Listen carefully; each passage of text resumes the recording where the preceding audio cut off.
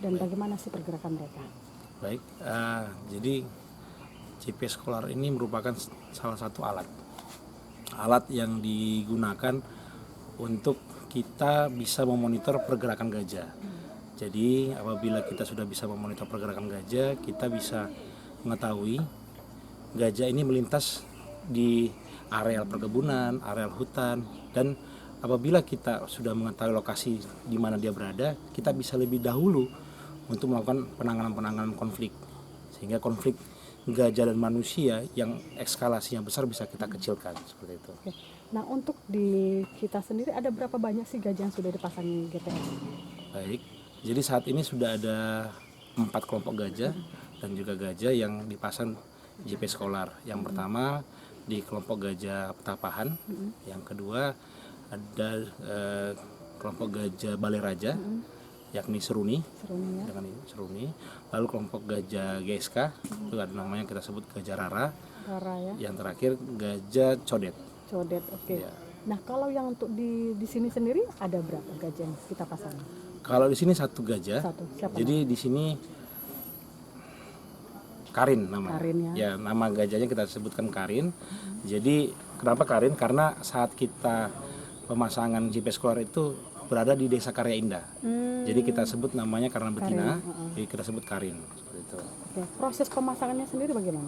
Untuk proses pemasangannya, jadi sebelum kita melakukan pemasangan GPS Scholar, kita pantau dulu. Jadi ada, karena kalau gajah ini biasanya pemimpin kelompoknya adalah betina dewasa. Kita identifikasi dulu betina dewasa mana yang sudah layak untuk dipasangkan GPS Scholar, atau mungkin dia sebagai leadernya. Setelah kita lihat identifikasi seperti itu, kita mendekati kelompok gajah tersebut, kita lakukan pembiusan kepada gajah yang akan dipasang GPS Scholar, lalu kita pasang GPS Scholar. Oke, tadi ada identifikasi ya. Betul. Gajah mana yang layak dipasangi. Nah, itu seperti apa sih identifikasinya? Jadi untuk gajah Petapahan di sini ada 11 individu, ada gajah jantan, betina, ada yang dewasa dan juga anakan. Setelah kita lihat di sini ada 2 gajah betina dewasa.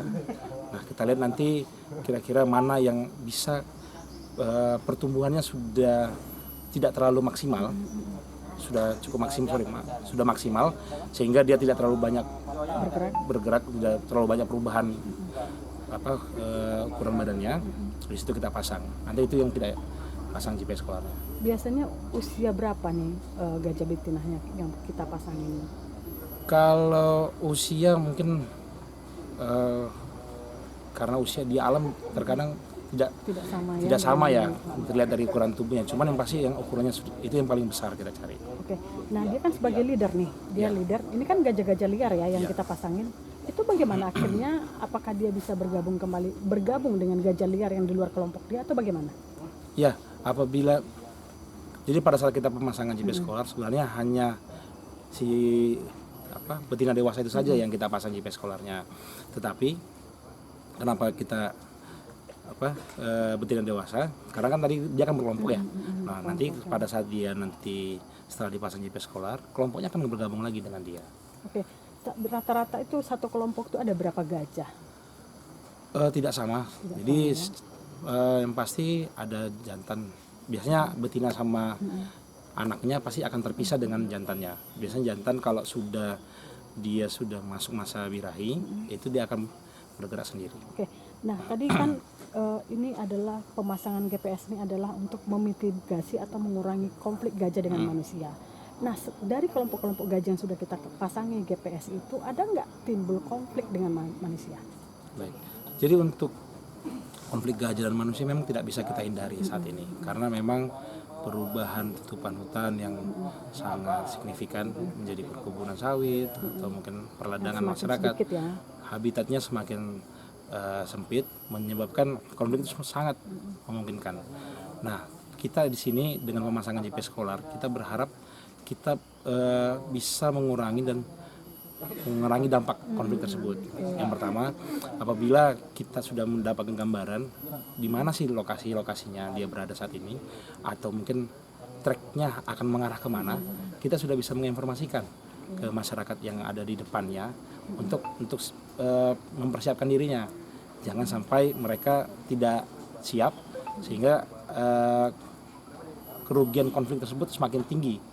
Itu yang kita harapkan. Jadi untuk daya tahan GPS Scholar itu umumnya yang kita dengar 2 tahun. 2 tahun. Tapi sebenarnya di beberapa tempat sudah ada yang lebih.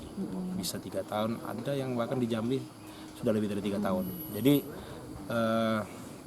kekuatan atau daya tahan baterai tersebut memang menyesuaikan dengan berapa banyak intensitas data tersebut kita terima. Jadi kalau untuk yang di sini kita buat misalkan 4 kali dalam satu hari 24 jam. Jadi per 6 jam dia mengirimkan data.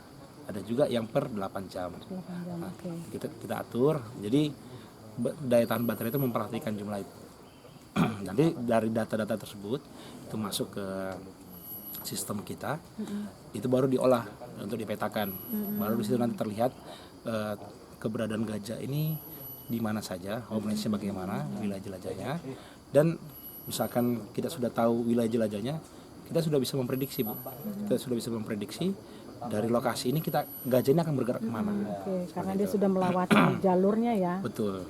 Nah reaksi pertama kali nih sama gajah nih ketika GPS itu dipasang, bagaimana reaksinya pertama kali? Reaksi yang pertama, karena saya pernah lihat, memang saya di lapangan, memang dia merasa tidak nyaman. Dia merasa sama seperti kita manusia, kalau kita dipasangkan kalung tentu kita akan merasa tidak nyaman awalnya, tetapi dia akan langsung beradaptasi karena memang kita memasang GPS Scholar ini dia tidak terlalu ketat dan juga tidak terlalu longgar, jadi dia agak pas. Nah harapannya kalau dia kenapa tidak terlalu ketat, jangan sampai menyakiti dia si gajahnya, dan tidak terlalu longgar. Saat dia longgar, dia bisa saja kan masuk hutan, dia ketemu rotan sehingga nyangkut yang menyebabkan luka atau mungkin dia akan merasa nggak nyaman dengan alat itu. Makanya kenapa kita pilih gajah dewasa yang paling besar, harapannya tadi pertumbuhannya sudah maksimal sehingga kemungkinan untuk dengan pertumbuhan yang sudah maksimal itu GPS Scholar itu dia tetap stabil dengan ukuran lehernya seperti itu. Berapa sih Jadi kalau untuk kelompok gajah di Riau sendiri sudah ada teridentifikasi 8 kantong gajah. 8 kantong gajah. Memang beberapa kantong gajah ini sudah tidak terdeteksi lagi keberadaan gajah Sumatera yang gajah liarnya.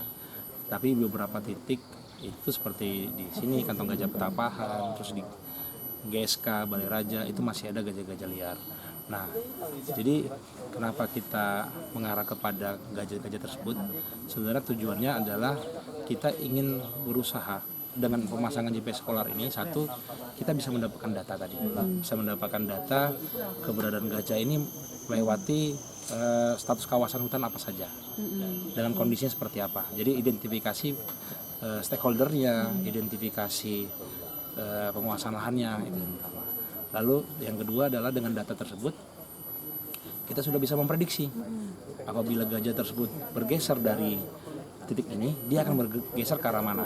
Sehingga saat kita sudah bisa memprediksi hal tersebut, kita bisa lebih memberikan early warning atau peringatan dini, sistem peringatan dini kepada masyarakat atau pihak yang ada di depan untuk bersiap-siap seperti itu. Bersiap-siap, ini ada gajah nih, sebentar lagi datang ke daerah kalian, tolong.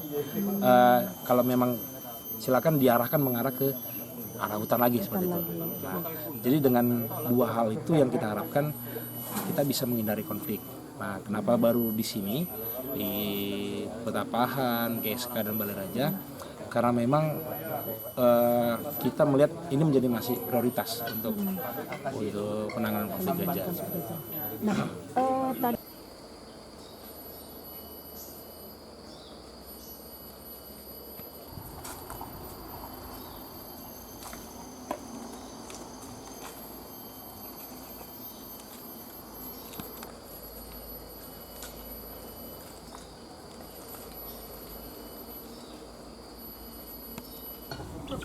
Untuk program ininya mas, program untuk mengantisipasi konflik. Jadi seperti tadi sudah saya sampaikan, penggunaan GPS Scholar ini sebenarnya bagian dari